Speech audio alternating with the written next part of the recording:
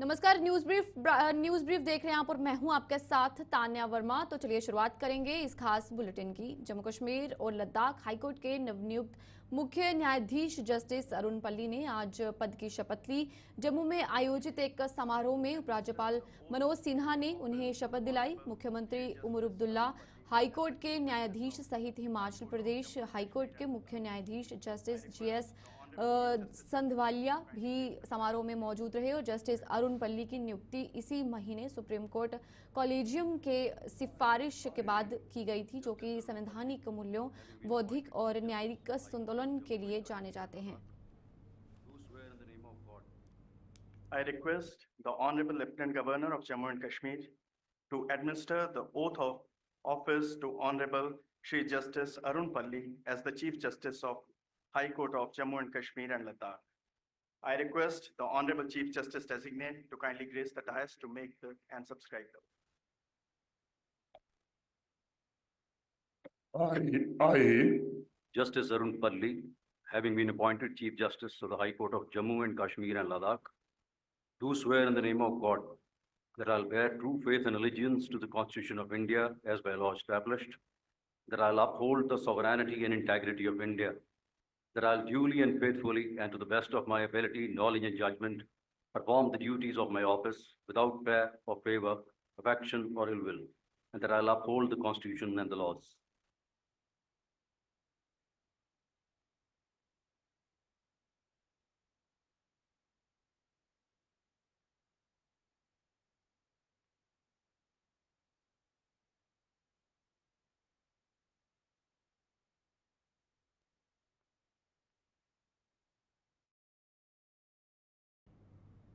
National conference के वरिष्ठ नेता और अतिरिक्त महासचिव डॉक्टर मुस्तफा कमाल ने सांसद आगा रुहुल्ला मेहदी और पार्टी के बीच मतभेदों को आंतरिक मामला बताते हुए तत्काल सुलह की मांग की है। कमाल ने कहा है कि आगा रुहुल्ला और नेशनल कॉन्फ्रेंस एक ही परिवार का हिस्सा है। मतभेद और शिकायतें स्वाभाविक हैं, लेकिन उन्हें पार्टी के भीतर ही सुलझाया जाना चाहिए और सार्वजनिक रूप से नहीं दिखाया जाना चाहिए।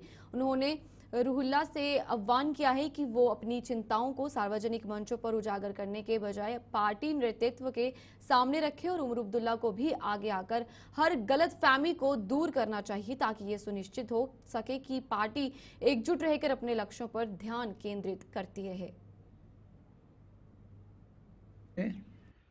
जो वक्त हुकूमत वक्त है हमारी रियासत में, जिसकी क़यादत उमर साहब कर रहे हैं, ये आपसी मामला है।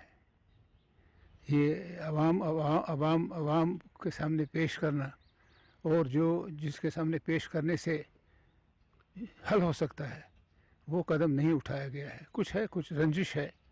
मैं समझता हूँ जितना जल्दी हो ये रंजिश जो है, अगर सही है, दूर हो और किसी को मौका न मिले ऐसा कहने में कि रियासती सरकार बेहस है। जज्बाती जो भी मुतालबात हैं, जज्बाती हो गैर जज्बाती हो, उनकी तरफ उमर साहब को जो है वो ध्यान देना चाहिए। अगर रुहुल्ला साहब को किसी किस्म की शिकायत है, किसी किस्म की ये जो है, जिस तरह उन्होंने अखबार बयान में कहा है, मैं समझता हूँ उन्होंने ये कहा, ये आपसी झगड़े कहाँ नहीं होते हैं, आपसी तू में कहाँ नहीं होता है, पसंद नापसंद कहाँ नहीं होती है। ये चीज़ सियासत की रूह अगर देखी जाए, वो यही आपस में तू मैं और रंजिशें जो हैं अवाम के सामने रखें, क्योंकि अवाम ही बिल आखिर हमें चुनती है। अवामी नुमाइंदों को, चाहे वो वज़ीर आला हो, चाहे वो आगा रुहुल्ला की तरह मिनिस्टर हो, तो ये चीज़ें अवाम ही चुनती है। अवाम के सामने क्या पर्दा। मैं तो समझता हूँ कि आगा रुहुल्ला का अपना मुकाम है। उन्होंने भी बात जो मीडिया या प्रेस ज़रा इब्लाग में उठाई है, बेहतर यही होता, क्योंकि दुश्मन किसके नहीं है, पैगंबरों के भी दुश्मन रहे हैं।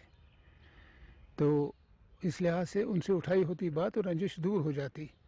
तो मैं समझता हूँ कि इससे पहले कि दुश्मन इसको और हवा दे और जो सियासी माहौल है, गलत फहमियाँ पैदा हों, जो इनका मुद्दा मकसद हो सकता है, ये आपस में बात करें। अब ये फिर प्रेस में बात करनी, फिर जाके बात करनी, वज़ीर आला से बात करने में कौन दिक्कत थी, उससे बात कर लें। हमारी ख्वाहिश ये है और अवामुन्नास जो जम्मू कश्मीर के हैं बिलखुसूस जो इनका जो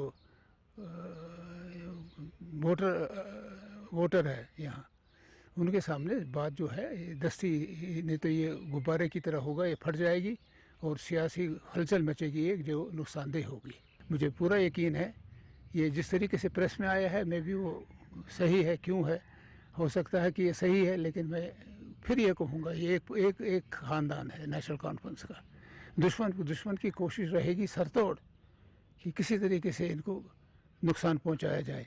इसमें होश रहना है। जहाँ गलतफहमियाँ हैं, जहाँ गिले शिकवे हैं, सीधा पार्टी की आदत से मिलना कोई गलत बात नहीं है। मुझे पूरी उम्मीद है कि उमर साहब ये मामला अगर है भी वो सुलझा लेंगे इसको।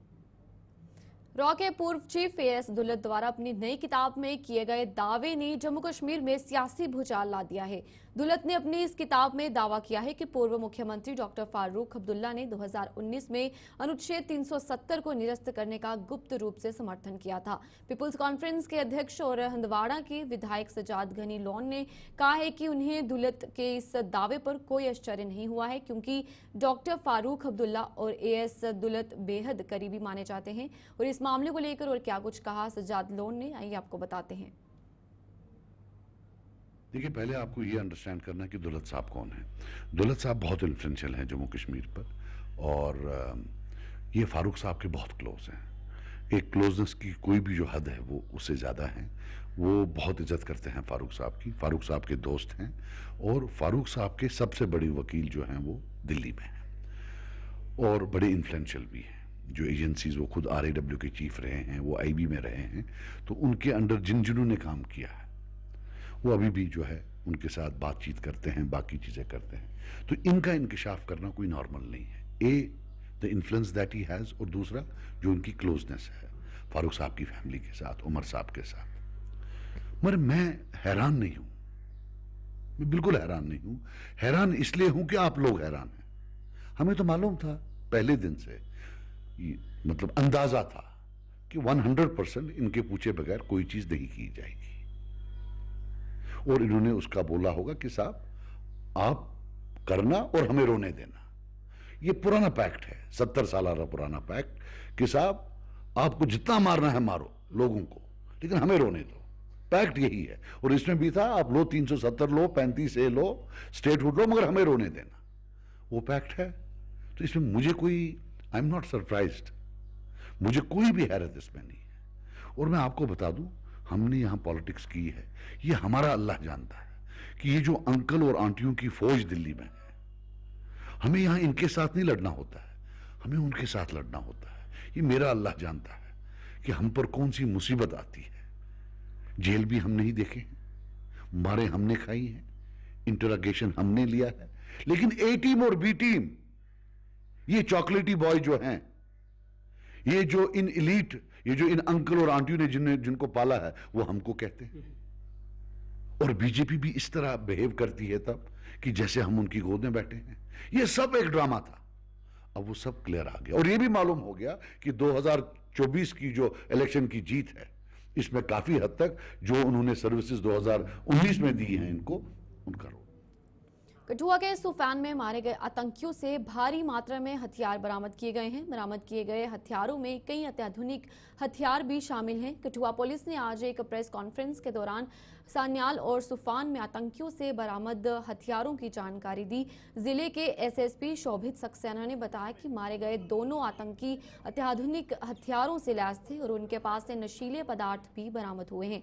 बता दें कि इस मुठभेड़ में एक हेड कांस्टेबल समेत 4 पुलिसकर्मी शहीद हुए हैं, जबकि एक DSP घायल हो गए थे। सुफान में 2 दिनों तक चली इस मुठभेड़ के दौरान सुरक्षा बलों ने 2 आतंकवादियों को मार गिराया था।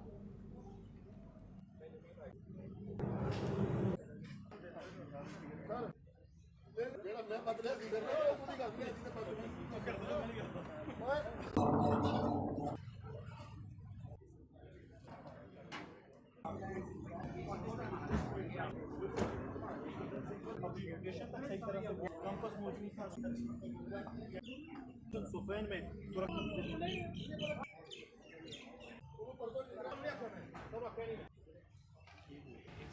जो काउंटर्स हैं, इनमें इनका जो सामान बरामद हुआ है बहुत भारी मात्रा में, तो वो हम लोगों ने डिस्प्ले पे रखा है। ये सामान में 3 वेपन है, जिसमें 2 AK हैं, 1 M4 है और बड़े ज़्यादा नंबर में इनके मैगज़ीन, राउंड, इनके मेडिकल किट्स और मोस्ट इम्पॉर्टेंटली इनके एक्सप्लोजिव्स जो है हमने भारी मात्रा में रिकवर कर लिए हैं। तो जो सामान आप देख रहे हैं उनसे आपको ये यकीन आ जाएगा कि ये जो है यहाँ बहुत गलत इरादों से और बड़े लंबे समय की तैयारी करके आए थे और यही टेररिस्ट अब जो है घूम रहे हैं लाचार, बिना साजो सामान के, बिना हथियारों के और दरबदर होके घूम रहे हैं और इनके पीछे पुलिस, CRPF, आर्मी तीनों लगे हुए हैं। इसके अलावा जो इम्पोर्टेंट चीज़ें हैं वो ये हैं कि इसमें हमें नारकोटिक ड्रग्स भी मिले हैं छोटे पैकेट में, जो हमें लगता है कि टेररिस्ट के कंजम्पशन के थे, जिसमें चिट्टा भी है, नस्वार भी है और इसके अलावा इनके पास जो है जो एक्सप्लोजिव्स हैं उससे भी हमें पता चलता है कि ये कुछ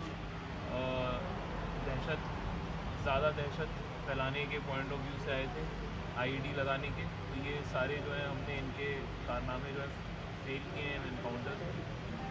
जो लोगों का सपोर्ट है वो बहुत ज़्यादा है हमारे लिए, पुलिस के लिए, यहाँ शांति और अमन के लिए, क्योंकि मैं आपको बताना चाहूँगा कि हमारे कुछ सिविलियन लोगों ने बहुत ज़्यादा मदद की हमें एनकाउंटर में और उनको हम लोगों ने अपनी तरफ से काफ़ी मोटिवेट भी किया।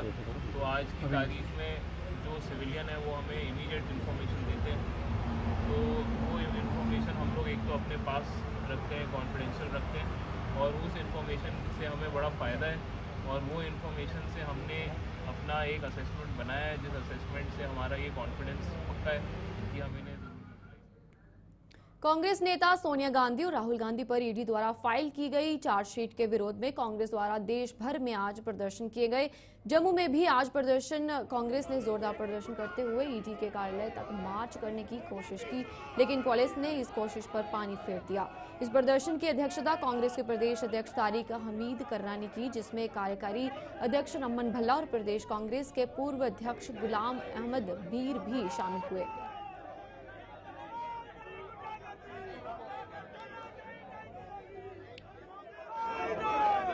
बीजेपी बीजेपी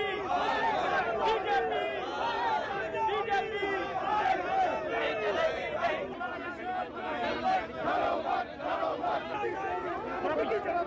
सर एक मिनट पीछे आओ यार थोड़ा। रोल जम्मू कश्मीर सामने कांग्रेस के द्वारा सभी जो है वो आज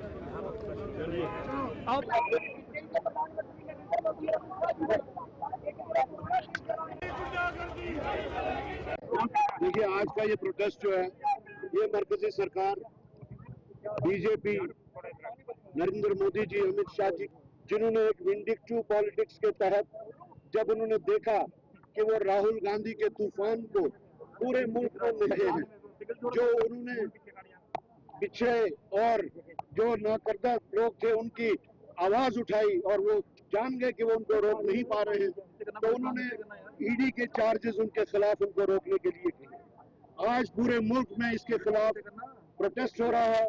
उसी के तहत आज जम्मू में भी हमने यहाँ प्रोटेस्ट किया था, लेकिन जैसा कि आपने देखा हमें ईडी के ऑफिस तक जाना था, पुलिस ने हमें यहीं पे रोक दिया, आगे नहीं जाने दे रहे हैं।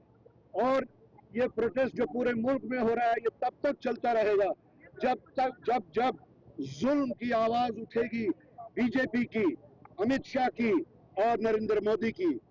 जो हिंदुस्तान के लोग हैं वो इस चीज को बिल्कुल मानने को तैयार नहीं है। जो विंडिक्टिव पॉलिटिक्स उन्होंने शुरू की है, ये गुंडागर्दी की पॉलिटिक्स, ये इजारादारी की पॉलिटिक्स, हिटलर नुमा पॉलिटिक्स जो इस वक्त चल रही है, उसके खिलाफ ये प्रोटेस्ट चल रहा है। प्रदर्शन कर रहे हैं कि जिस ढंग से सोनिया गांधी जी को ईडी के माध्यम से चार्जशीट किया गया, ये फ्रस्ट्रेशन दिखाती है। देखो, हाल ही में पार्लियामेंट हुई, कहीं पे चर्चा नहीं, और हम महसूस करते हैं कि AICC का सेशन जो गुजरात में हुआ, ये भुलाहट उनकी खुल के आई और बिहार में गठबंधन चुनाव होने के लिए जा रहे हैं। ये एक पॉलिटिकल वेंडेटा तय करके ये इसका राजनीतिकरण यहाँ पे किया जा रहा है और इस एजेंसीज का दुरुपयोग, हम हमेशा कहते थे कि भाजपा इन एजेंसीज का दुरुपयोग करना चाहती है और डराने का प्रयास करती है।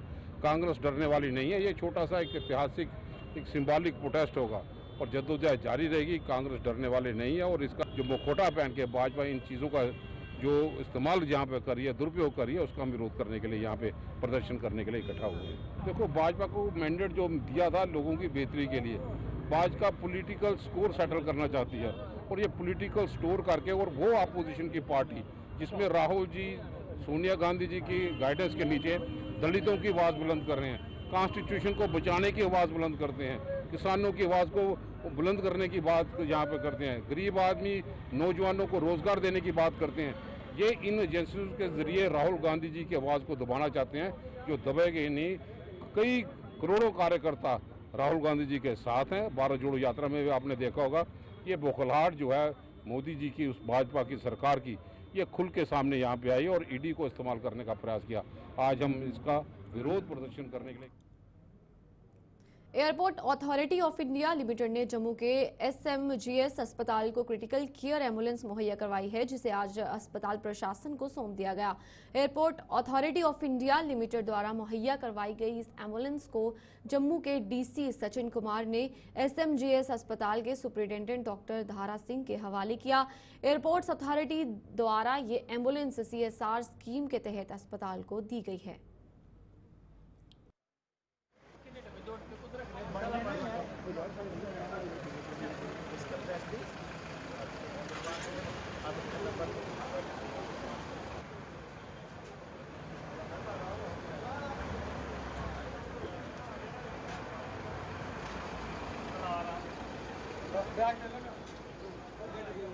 एयरपोर्ट अथॉरिटी ऑफ इंडिया ने जिला प्रशासन को दिया है, फिर जिला प्रशासन ने SMGS हॉस्पिटल को ये सुपुर्द किया है, उनके हवाले किया है।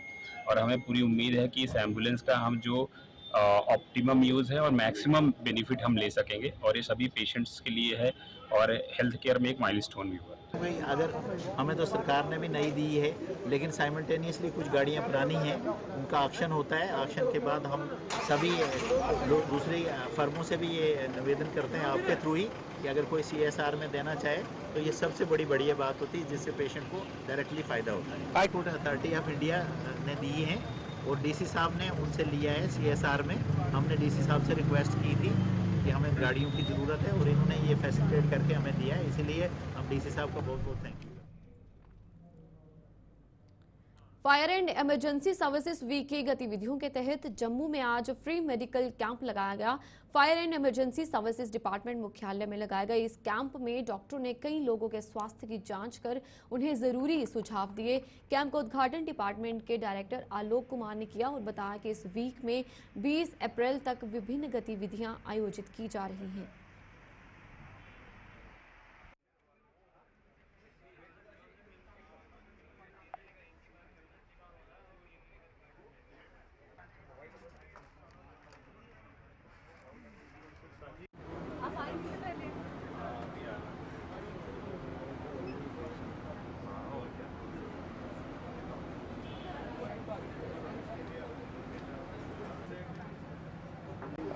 आज हम लोग जो 14 से जो फायर अवेयरनेस वीक चल रहा है हमारा, ये 20 अप्रैल तक चलेगा। आज उसी अवेयरनेस कैंप के कड़ी के तौर पर आज एक हमने मेडिकल चेकअप कैंप, जिसमें कुछ वॉलंटियर्स हमारे ऑर्गेनाइजेशंस हैं, उजाला सिकनेस और आयुष और भी हमारे जो ऑर्गेनाइजेशन हैं, उनके सहयोग से फायर इमरजेंसी जो सर्विसेज डिपार्टमेंट है वो जम्मू यहाँ हम ऑर्गेनाइज कर रहे हैं। और ये यही नहीं बल्कि कश्मीर में भी और बाकी ज़िलों में भी आज अवेयरनेस का और खास करके फ्री कैंप्स लगाए जा रहे हैं फायर इमरजेंसी की तरफ से। तो लोगों से इसमें हम आग्रह करेंगे कि इसमें शिरकत करके और मैक्सिमम इसका फ़ायदा लें और चेकअप कराएं, ताकि हेल्थ से जुड़े हुए कोई यदि सूझ है तो। जम्मू के गवर्नमेंट कॉलेज यानी कि मेडिकल कॉलेज में आज इंटरनेशनल बायो साइंस डे मनाया गया और इस संबंध में आयोजित एक कार्यक्रम में GMC के सभी विभागों के HOD, फैकल्टी सदस्य और टेक्नीशियंस मौजूद रहे, जिनकी सेवाओं को सराहने के साथ साथ पेशेंट केयर को और मजबूत बनाने के तौर तरीके पर चर्चा की गई। GMC के प्रिंसिपल डॉक्टर आशुतोष शर्मा इस मौके पर मुख्य अतिथि थे।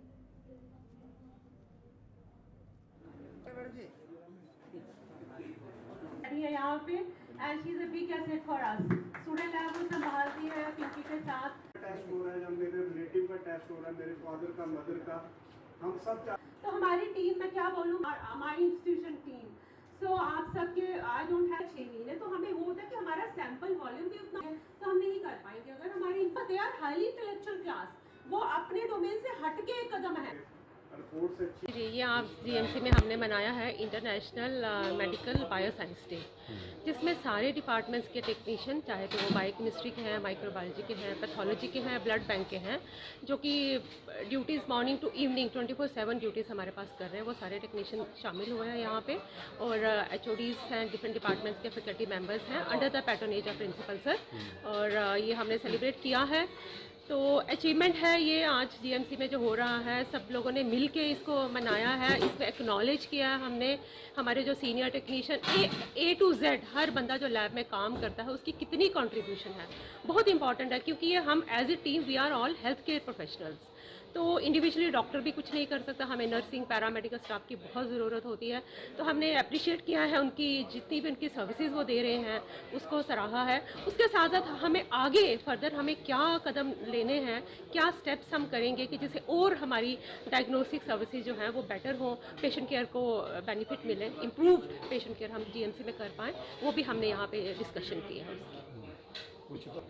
नहीं, ऑलमोस्ट हमने कोशिश की है। अभी जैसे प्रिंसिपल सर की गाइडेंस में हमने बहुत इम्प्रूव किया। हमने बड़े सारे टेस्ट हम कर पा रहे हैं जो पहले बाहर जाते थे अब नहीं जाते हैं। जैसे कि रिसेंटली हमने इलेक्ट्रोफोरेसिस यहाँ पे बायोकेमिस्ट्री डिपार्टमेंट ने प्रोक्योर किया है ये इंस्ट्रूमेंट। उसके अलावा बाकी डिपार्टमेंट्स में भी ऑलमोस्ट सारे टेस्ट हो रहे हैं। हाँ, थोड़ा सा ये इशू होता है कि शेल्फ लाइफ, जो सैम्पल हमारे पास ज़्यादा नंबर आए तो ही हम वो टेस्ट कर पाते हैं थोड़ा, क्योंकि एक्सपायर हो रही है, जेड एक्सपायर होने का डर होता है। अदरवाइज़ हमारी मशीन तो फुली इक्विप्ड है, हर टेस्ट करने की क्षमता रखती हैं। तो कोशिश यही है कि सारे टेस्ट हम जीएमसी में करें, पेशेंट कोई बाहर ना। डोडा के भलेसा इलाके में कलगुनी दरिया पर पुल की सुविधा न मिलने पर लोगों को कई दिक्कतों का सामना करना पड़ रहा है। खास तौर पर स्कूली बच्चे भी जाने जोखिम में डालकर इस दरिया को पार करने पर मजबूर हो रहे हैं। बारिश के दिनों में दरिया का पानी उफान पर होता है और पुल न होने से कई इलाकों का आपसी संपर्क भी कट जाता है। स्थानीय लोगों ने सरकार से इस दरिया पर जल्द पुल का निर्माण करने की मांग की है। ये लकट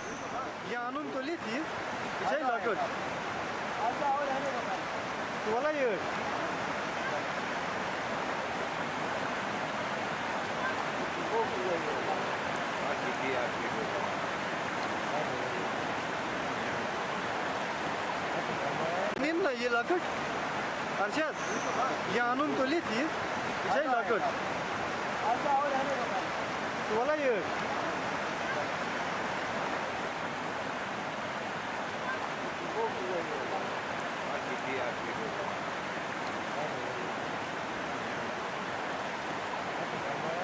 ये लकट अर्शद। मेरा नाम आयशा, मैं क्लास 3 में पढ़ती हूँ। हम जब यहाँ से आते हैं हमें बहुत प्रॉब्लम होती है। इधर से छोटे छोटे बच्चे गिर जाते हैं। यहाँ पे जब बारिश पड़ती है यहाँ पे बहुत दरिया होता है, यहाँ पे चलना नहीं बनता है। सर मेरा नाम मोहम्मद कासिम है, मैं किलोत्रान में रहता हूँ और मैं अजीजा पब्लिक स्कूल किलोत्रान में पढ़ता हूँ। तो यहाँ हमें आपसे ये रिक्वेस्ट है कि यहाँ हमें एक पुल की जरूरत है। जब भी हम यहाँ से क्रॉस करने आते हैं तो यहाँ पे ज्यादातर बार हम जब फ्लड वर्ड्स होते हैं तो यहाँ पे गिर जाते हैं, ज्यादातर मतलब बह जाते हैं, तो फिर बाहर निकलना मुश्किल हो जाता है। वर्दी गीली हो जाते हैं, कपड़े गीले हो जाते हैं और साथ साथ में हमारे जो बैग्स होते हैं वो गीले हो जाते हैं। बुक्स भी गीली हो जाती हैं, जिससे हमें पढ़ने में भी दिक्कत आती है। कॉपीज गीली हो जाती हैं और साथ में अगर फिर वहां से आए तो वहां से बड़ा दूर है, अगर फिर यहाँ से उधर जाना पड़ता है, वहां से बहुत दूर हो जाता है हमें, तो लेट हो जाता है स्कूल के लिए। तो मेरी यही गुजारिश है कि यहाँ पर हमें एक ब्रिज दिया जाए। पहले मैं आपका शुक्रिया करना चाहता हूँ कि आप यहाँ पर अपना कीमती वक्त निकाल कर यहाँ पे आए।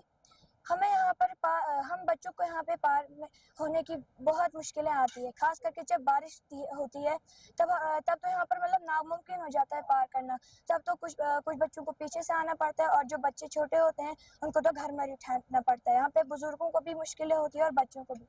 तो हमारी एक ही रिक्वेस्ट है, यहाँ पर एक पुल बनाया जाए जिससे हम बुजुर्गों को भी और बच्चों को भी यहाँ पे आराम मिल जाए पार करने में। चलिए न्यूज ब्रीफ में फिलहाल इतना ही, मुझे दीजिए इजाजत, नमस्कार।